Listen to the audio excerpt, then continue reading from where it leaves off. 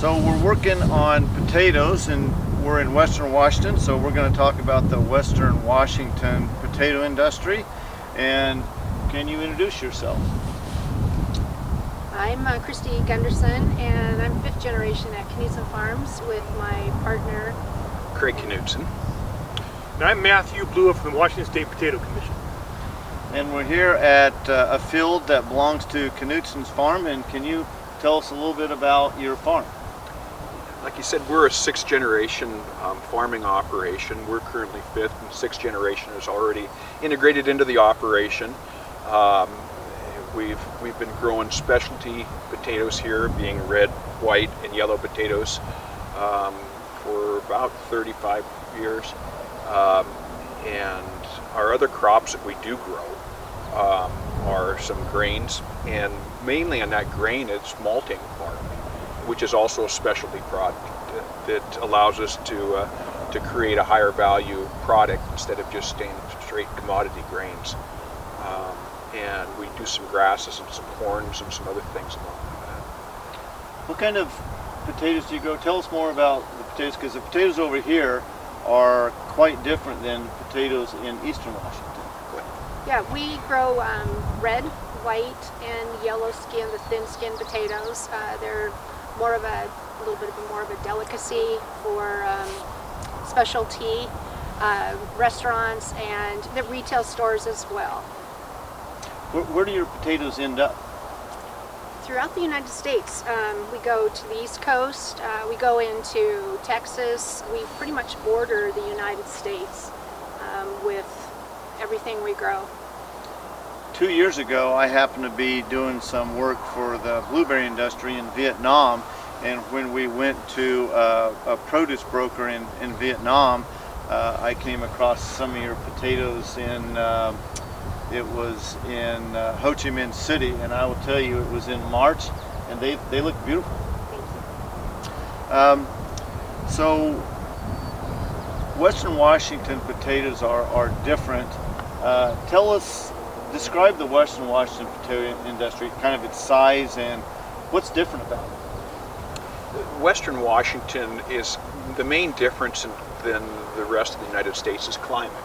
As you can see today, we're in a marine climate. We have not as extreme of temperatures.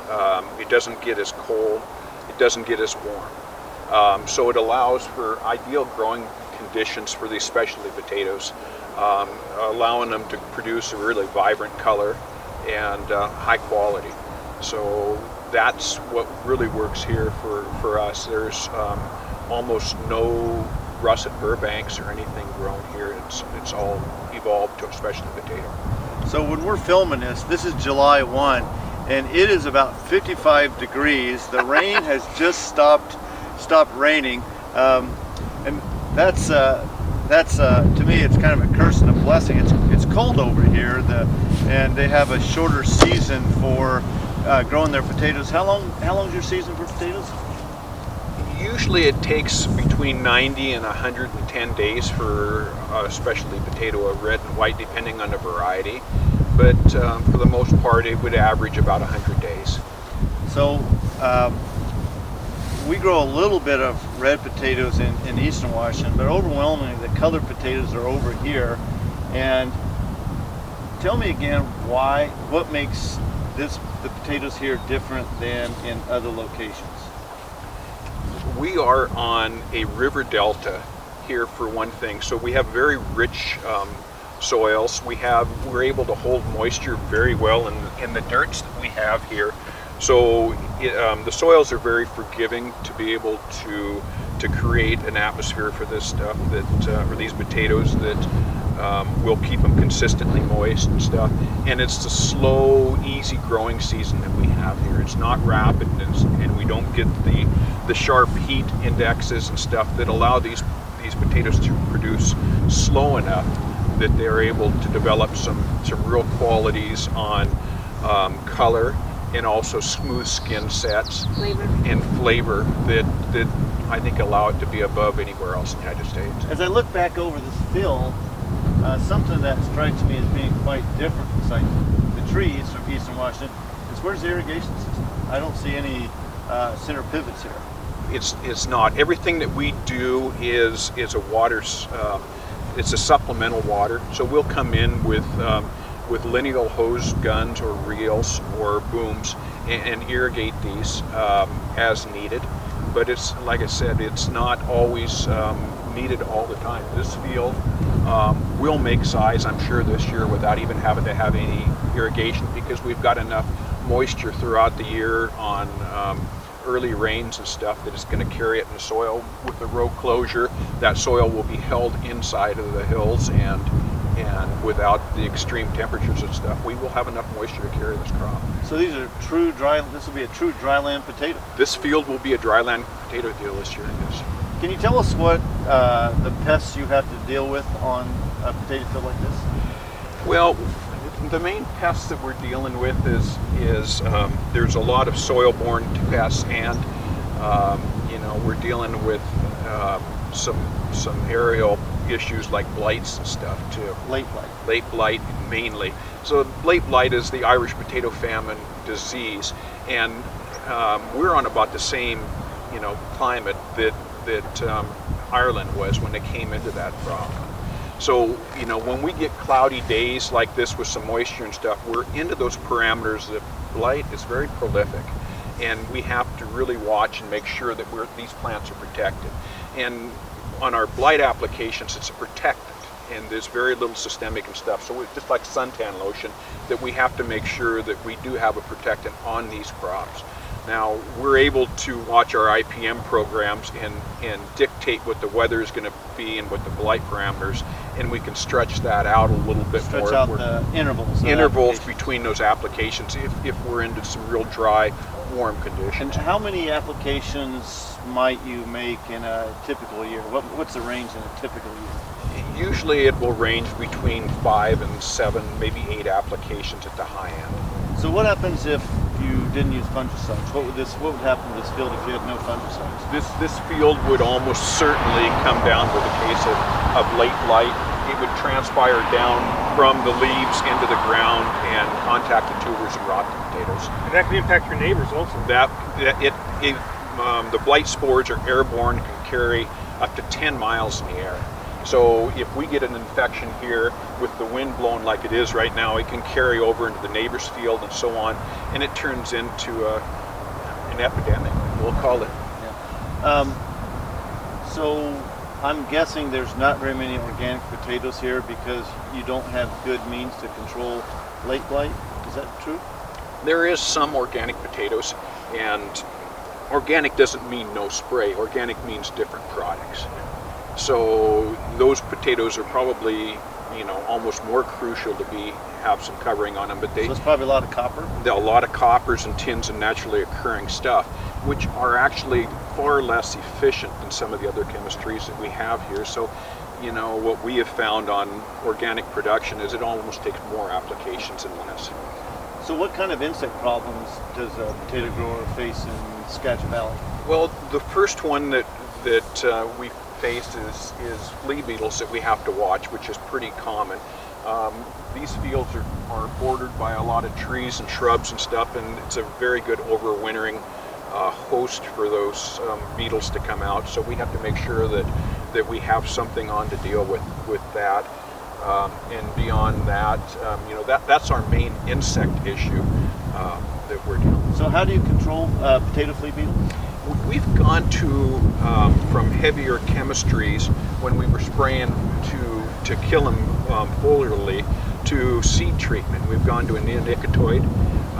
Cruiser is the main chemistry that we've been using, and the small rate on the seed piece is able to protect these plants basically season long from any infection from flea beetle. So you've gone from multiple foliar applications to control flea beetle.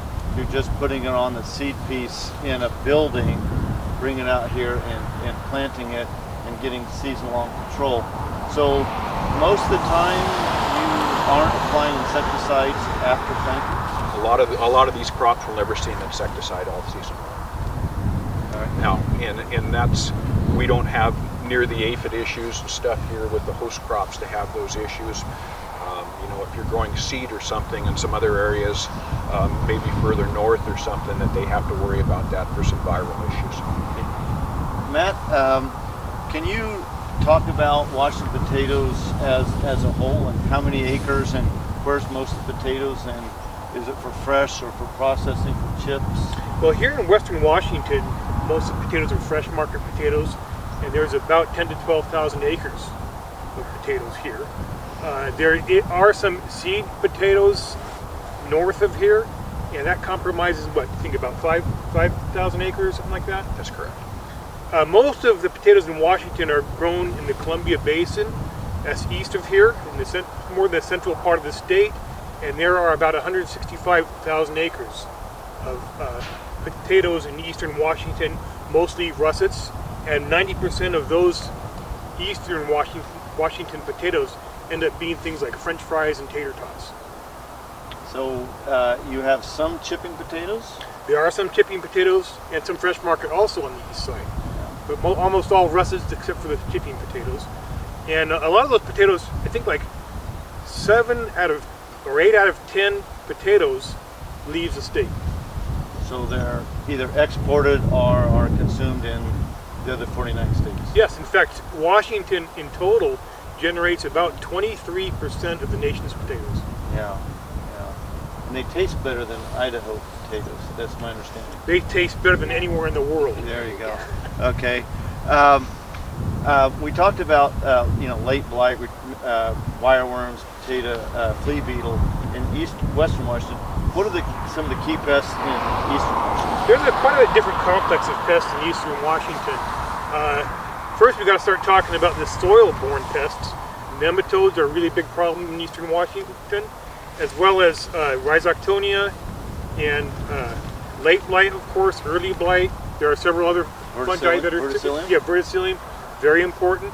Several other fungi that are important: white mold, powdery mildew, of course, scab. Not as much scab in eastern Washington as there is in western Washington. The insects include Colorado potato beetle in eastern Washington. That doesn't occur here. There are no flea beetles in eastern Washington to speak of, but there are a number of insect vectors that are very important, especially aphids, psyllids, and beet leafhopper. They all spread diseases that are important to potatoes. Yeah. So aphids, vector potato virus Y, potato leaf roll virus, psyllids, vector of bacteria that causes zebra chip. Yes. And beet leafhopper transmits a disease called BLTVA, or it's a phytoplasma. It's called beet leafhopper Virulence. beet leafhopper BLT, transmitted virescence agent. Virescence agent. So it's easier to call it BLTVA. We also have thrips, we have ligus, we've got worms. Seems like we've got a few others in there, but there's a potato tuber worm. We also have wireworm. Wireworms. There's everything likes to eat a potato. So tell me some of the important pesticides for potatoes in Washington, both east side and west side. Let's start with nematodes. Well, early on in the season, actually before the season, in the fall, typically fields on the east side are fumigated. And what kind of fumigation goes on here? Very little fumigation goes on here because we've managed to stay fairly light on the nematode side here. Okay. So we use Telone and Telone for nematodes, yes, and metamsodium for verticillium, soil diseases, and weeds. And then at planting time, what would you use? Pre-plant materials for wireworms. Okay, so that would be fipronil or Regent. Yeah, and also at that point, seeds are already treated with neonicotinoids. So they put neonicotinoids on the seed piece, although they also can apply them in furrow at planting. They also, you said that you will use... We'll use a resin on some fields for a wireworm control, and the neonicotinoids on seed piece, obviously, for the flea beetle issues. And fungicides at that point too. And some fungicides down to black scurf can be a big issue with Rhizoctonia here too, so we have to make sure that we protect some of that. What would you use for black scurf or Rhizoctonia? It's more of a quadrus type material. So it's oxystrobin? Oxystrobins, yes. Okay. Is probably the best control that we have for it. I would guess that as far as in furrow, Azoxystrobin or quadris is probably the most common in furrow in eastern Washington. On the seed treatments, those will often have a fungicide in with them, like Cruiser Max has fludeoxonil or Maxim.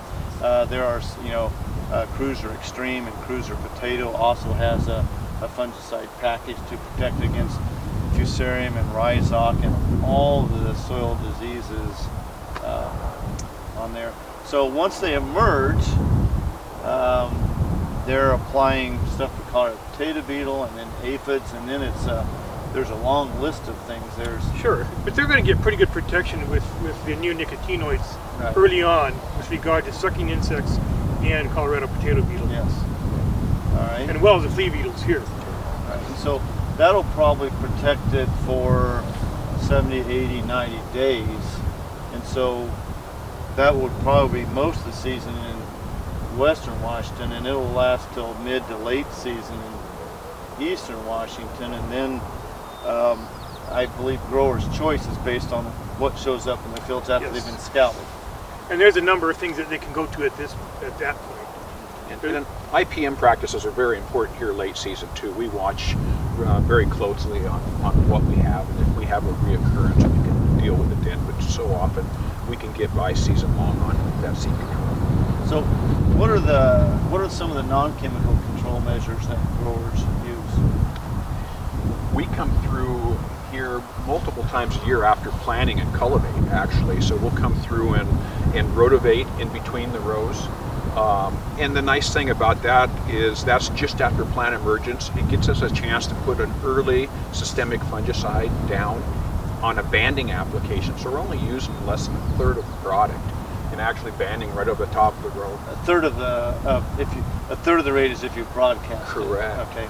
So it allows us to drop the rates way down, and at the same time we're dealing with all the weed control in between the rows. So Do you plant potatoes back to back? never. It's always on a 3 or 4 year rotation for us. Why do you rotate? Because everything takes something out of the ground and puts something back in differently.